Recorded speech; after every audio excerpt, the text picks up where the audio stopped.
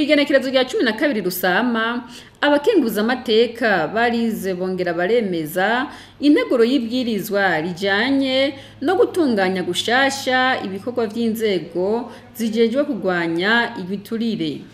Umushikiranganji w'ubutungane umupfasoni Jeanine NIBIZI niwe yari yaserukiye Reta kugira ngo ashikirize imvo n'imvano y'iyo nteguro y'ibwirizwa. Umushikiranganji NIBIZI yamenyesheje ko iyo nteguro y'ibwirizwa izotuma haba ukwegereza ubutungane abenegihugu, kurwanya bimwe biboneka abanyuruza itunga ry'igihugu no gutuza igiturire mu mice yose y'igihugu. Igiturire rero nk'uko twese dusanzwe tubizi, iyo ciziziye igihugu usanga gisubiza inyuma iterambere ry'igihugu.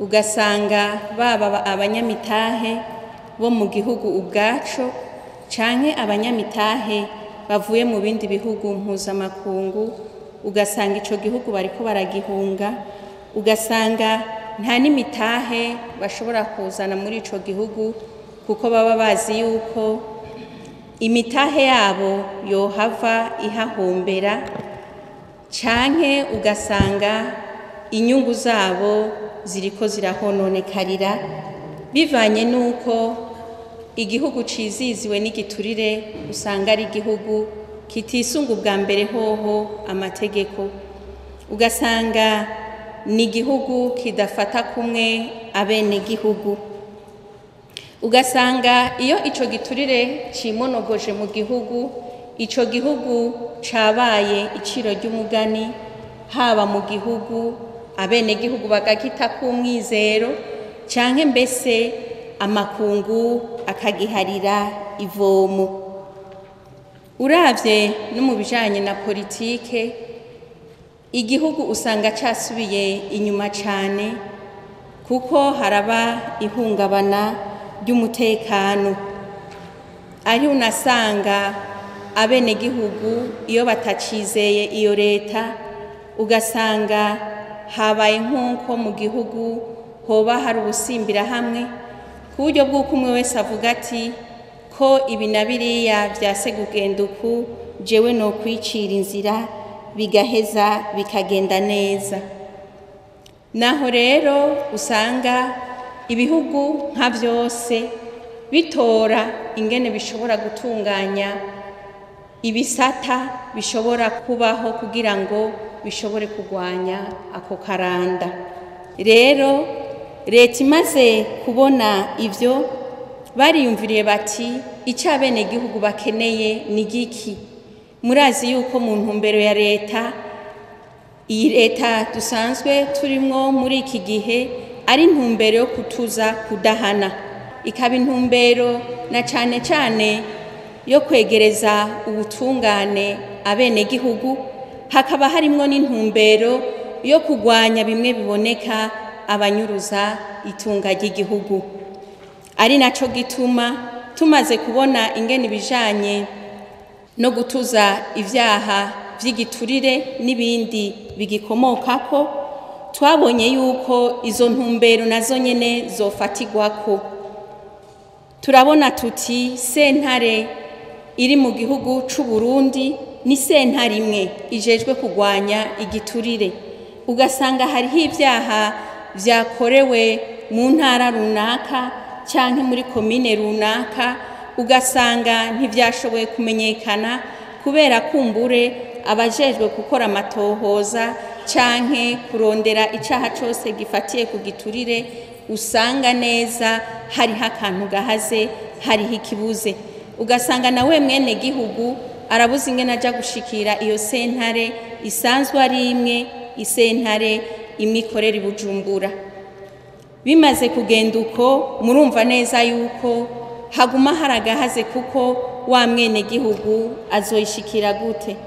Na Reta nyene muri ico gihe yarahahombera kuko hariho nk'akaroro twagumye dutanga nk'umuntu yoba ariko arakurikiranwa ku giturire c'imiliyoni 100 canke c'ibihumbi 100 mwashaka, mugasanga uyo muntu ari muri komine nka Cendajuru mu Cankuzo, ugasanga kuja kuburana ibujumbura akoresha bwa buryo bwa leta nyene kuko ntashobora kuyisopa ngo avuge ngo nkoresha ubwiwanje abakiri mu matohoza n'icaha ntikiba kiramwagira, ugasanga bwa buryo vyitwa ko yari yaranyuruje nabwo nyene busubiye kuhaherera, busubiye kugenda ubundi buriyongereye ku bundi buryo, ugasanga by'ukuri naho iyo sentare yoba yari kirakora ugasanga ubushobozi ni buke kugira ngo ishobore gukwira igihugu cose. Nico kimwe niyo parke na parke imwe iri mu gihugu kizima cose ugasanga iri muri province imwe, naho nyene usanga ari ibintu bitoroshe. Ico caratumye leta iciyumviraho iriyumvira iti ko none intumbero ari ukugira ngo umwene gihugu ashikirwe n'ubutungane, ari ukugira ngo leta itize igiturire mu mice yose, mu micungararo yose igize igihugu c'u Burundi, iki kintu cohinyanyurwa gute, cogenda gute. Ariho mubona iyi ntumbero yaje kuri uru ruhande. Umushikiranganji yagiye kubasigurira imvo n'imvano y'iyo nteguro y'ibwirizwa, abakenguzamateka bararonse akaryo ko gushikiriza ibibazo n'imyitwarariko yabo. Mu vyo bashikirije barashatse kumenya ko uwuzotsinda urubanza leta izomushumbusha ku bintu vyiwe bizoba vyafashwe mu kiringo azoba maze ariko akurikiranwa na sentare, ibijanye n'abacamanza barya ibiturire kandi aribo bari bajejwe gutunganiriza abenegihugu n'ibindi. Umushikiranganji Jeanine NIBIZI yaratanze inyishu ku bibazo n'imyitwarariko y'abakenguzamateka. Turiko turagira uko dushoboye kose. Ibintu mubona umuntu agira nuko abashoboye kose akavuga ati mbega nofata intumbero ibi bintu nivyogabanuka, nofata yindi ntumbero ibi bintu ntivyogabanuka, noca ngaha muri no nzira ibi bintu ntivyogabanuka. Nkuko namwebwe muri ico kibanza mu kwiyumvira muti nkuko na leta ija hamwe kugira bashinge politike y'igihugu, baja hamwe bakiyumvira bati igihugu gikeneye iki, muri iki gisata hakenewe iki, mu butungane hakenewe iki, mu nzego z'igipolisi hakenewe iki, mu bakenguzamateka twofata politiki yihe, muri nshingamateka twofata politiki yihe. Nukuvuga ngo ni ibintu ukora uri kuraraba nico vyofasha n'inzira vyoguha kugira ngo ushobore gushika iyo ushaka gushika. Rero iyi leta mvyeyi leta nkozi turimwo iri ku ntambe kandi iri ku mushinge, kandi no baremesha ko umushinge ushimishije. Aha tuzokubura nkuko mwabivuze, bishobotse tukabatora mu butungane, ntikizotunaniza gukubura, tuzokubura. Bishitse tukabatora mu gipolisi, ntikizobuza. Mugabo dukubure umuntu tubonye ko ivyo bintu ariko aragirizwa ari vyo, dukubura umuntu tubonye ko ivyo bintu ariko arakurikiranwa ko by'ukuri ari vyo. Tutibagiye nuko hariho abantu bafise agatima ko gushaka no kudodobereza abandi, hariho abantu bahari ako gatima bagafise, kandi hari n'abantu babivuga bavuga bati iki gihugu twerekane ko cabaye kopo ntagendwa, bakaja no ku maradiyo bakaja ku marezo sosio, wakora iciza bo bakagihindura ikibi, warondera ko iki kintu gitunganye kubo bo bakakibonamwo ikibi, wafata inzira itumbere bo bakayihinyika kugira ngo bagume barondera kwayo makungu abona igihugu cabo nabi.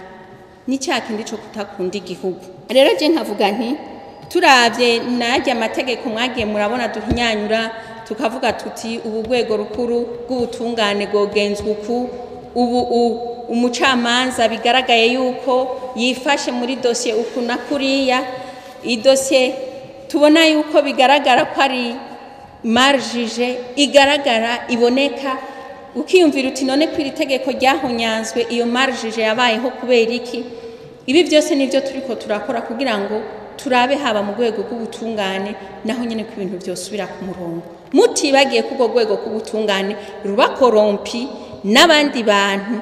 Sukuvuga yuko uwagirizwe igiturire burya sujya yagitanze gusa, isujya yakicakiriye gusa n'ujya yagitanze, kuko nawe ni wari karacinyiza igihugu, ni wafise bwa buryo bwo kugira atange kugira igihugu kibandanye gitemba. nico gituma tuvuga tuti ni guhaguruka. Igihugu ni ca twese, ni iwacu, ni ca leta, ni iwanyu, ni c'umwe ku gatwe, kuko aha twicaye ejo siho tuzoba turi. Iyi ntebe ndiko y'ubushikiranganji ejo siyo nzoba ndiko. Ikibanza ya umushingamateka canke umukenguzamateka ntawuzi kwejo ariho umuntu azoba yicaye.